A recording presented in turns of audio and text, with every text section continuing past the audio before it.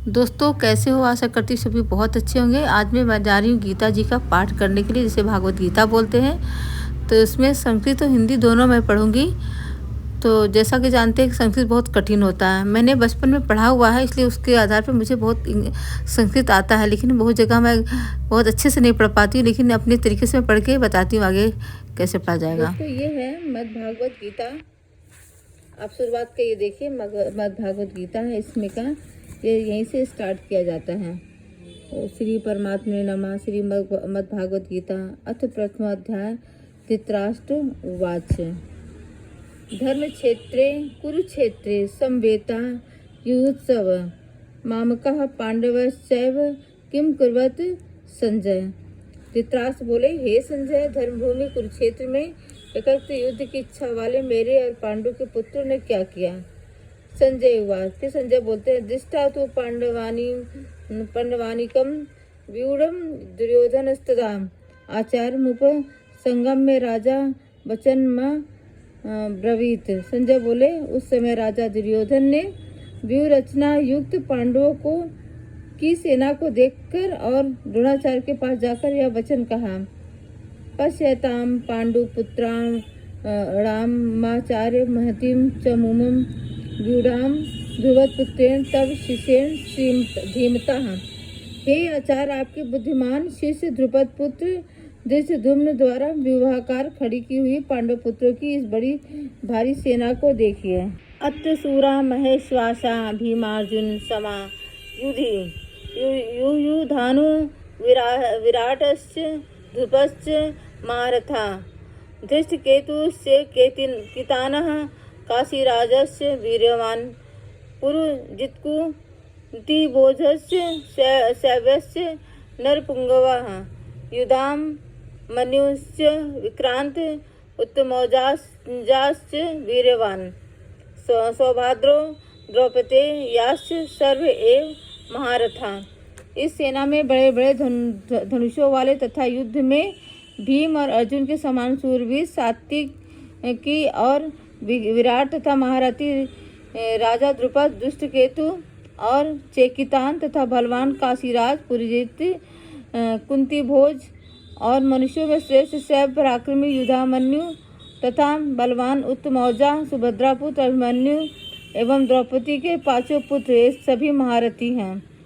अस्माकं तु विशिष्टा ये तन्निबोध तिजो तम न्याय का मम सैन्यस्य संज्ञार्थ तान विरिवम ते।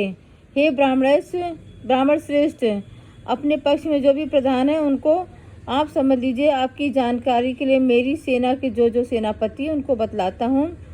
भगवान भीष्मस्य कर्णस्य कुपस्य समिति संजय अश्वत्थामा विक्रमस्य सौमदत्ति स्थैवच।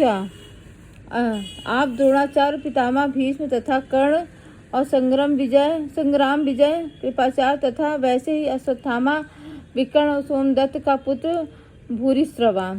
अन्य चा बहव सूरा मदर्थे त्यक्त जीविता नाना शस्त्र प्रहरा सर्वे युद्ध विशारदा। और भी मेरे लिए जीवन की आशा त्याग देने वाले बहुत से सूरवीर अनेक प्रकार के शास्त्रों से सुसज्जित और सब के सब युद्ध में चतुर हैं।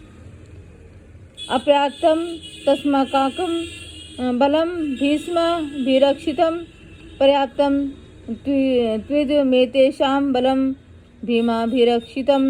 भीष्मितापा द्वारा रचित हमारी वह सेना सब प्रकार से अजय है और भीम द्वारा रचित इन लोगों की यह सेना जीतने में सुगम है। अयनेषु च सर्वेषु यथा भागम वस्थिता भीष्म मेवा विरंचन्तु भवन्तः सर्व एव ही। इसलिए सब मोर्चों पर अपनी अपनी जगह स्थित रहते हुए आप लोग सभी निसंदेह भीष्म पितामह की ही सब ओर से रक्षा करें। तस संजय नयन हर्ष कुरु वृद्ध पितामह सिंहनाथ विनधोक्षय शंख धम्मो प्रतापवान। कौरवों में वृद्ध बड़े प्रतापी पितामह भीष्म ने उस दुर्योधन के हृदय में हर्ष उत्पन्न करते हुए उच्च स्वर से सिंह की दहाड़ के समान गरज कर शंख बजाया। तथा संकाश भेयर्ष प्रवान नक गोमुखा सहसैवा भय हंतंत सशब्द स्तुमूलो अभवत।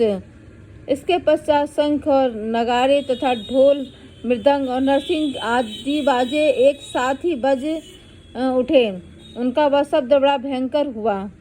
तथा स्वयं तय यह युक्ते महति स्वयं स्थितो माधवा पांडवश्चैव दिव्यो शंखो प्रदमस्तु।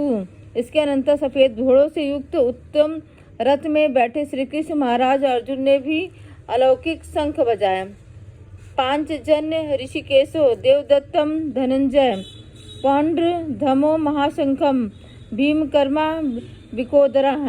श्री कृष्ण महाराज ने पांचजन नामक अर्जुन ने देवदत्त नामक भयानक कर्म वाले भीमसेन ने पौंड्रक नामक शंख महाशंख बजाया। अनंत विजयम राजा कुंती पुत्रो युधिष्ठिर नकुलो सहदेवश्च सुघोष मणि पुष्पकोम। कुंती पुत्र राजा युधिष्ठिर ने अनंत विजय नामक नकुल तथा सहदेव ने सुघोष मणि पुष्पक नामक शंख बजाए। तो दोस्तों इस तरह से मैं थोड़ा थोड़ा आपको पढ़ के बताऊंगी।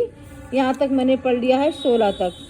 आगे का मैं बाद में इसका वीडियो बनाऊंगी। आयस्य परमेश्वास शिखंडी च महारथा दृष्टुमो विराटस्य सात्यकी सातिश्चा पराजितः द्रुपदो द्रौपदेयास्य सर्वस्य पृथ्वी पते सौभद्रस्य महाबाहु शंखांद पृथक पृथक। शेष धनुष वाले काशीराज महारथी शिखंडी एवं धृष्टद्युम्न तथा राजा विराट अजय सात्यकी राजा द्रुपद एवं द्रौपदी के पास पुत्र और बड़ी भुजा वाले सुभद्रा पुत्र अभिमन्यु इन सभी ने हे राजन सब लोर से अलग अलग शंख बजाए। सघोषो धातराष्ट्र राम हृदयानि व्यदारयत् नभस्य पृथ्वीं चैव तुमुलो व्यनुनादयनम्। और उस भयानक शब्द ने आकाश पृथ्वी को भी गुजाते हुए धृतराष्ट्र के अर्थात आपके पक्ष वालों के हृदय विदीर्ण कर दिए।